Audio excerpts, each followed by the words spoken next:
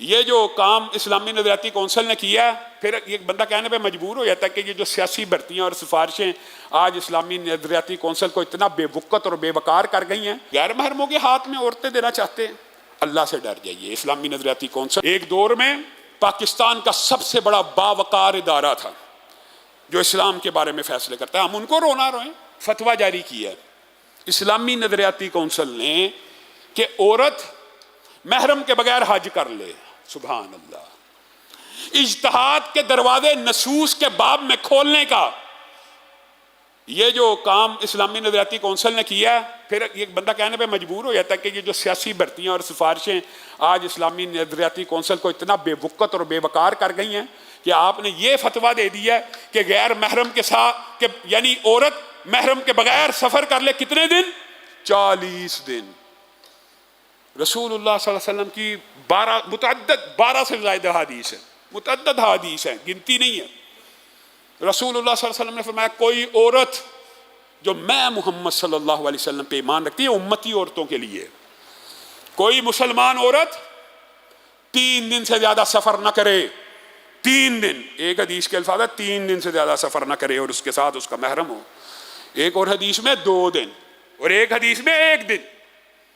علماء نے تطبیق کی ہے کہ فل سیف اینڈ ساؤنڈ سفر ہو تو 1 دن کے لیے عورت کو اجازت ہے کہ شہر میں جاتی ہے، اسکول جاتی ہے، کالج جاتی ہے، سیف اینڈ ساؤنڈ ہے، پوری پروٹیکشن کا انتظام ہے، کسی فتنے کا اندیشہ نہیں ہے، حتیٰ کہ اس سفر کے اندر بھی اگر ڈرائیور کے ساتھ، سائق کے ساتھ اور کسی ملازم کے ساتھ فتنے کا اندیشہ ہو وہ بھی حرام ہے۔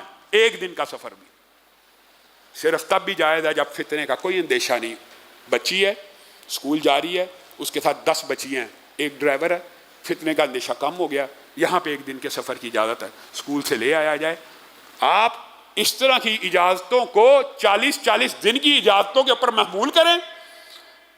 کون یہ گارنٹی دے سکتا ہے کہ 40 دن کے لیے عورت جا رہی ہے حج کے لیے، اپنے گناہ معاف کروانے کے لیے، پاکیزہ اور پوتر ہونے کے لیے، اس دن کی طرح جس طرح آج ماں کے بطن سے پیدا ہوئی اور آپ اس کو بغیر محرم کے بھیجنے کی اجازت دے رہے ہیں۔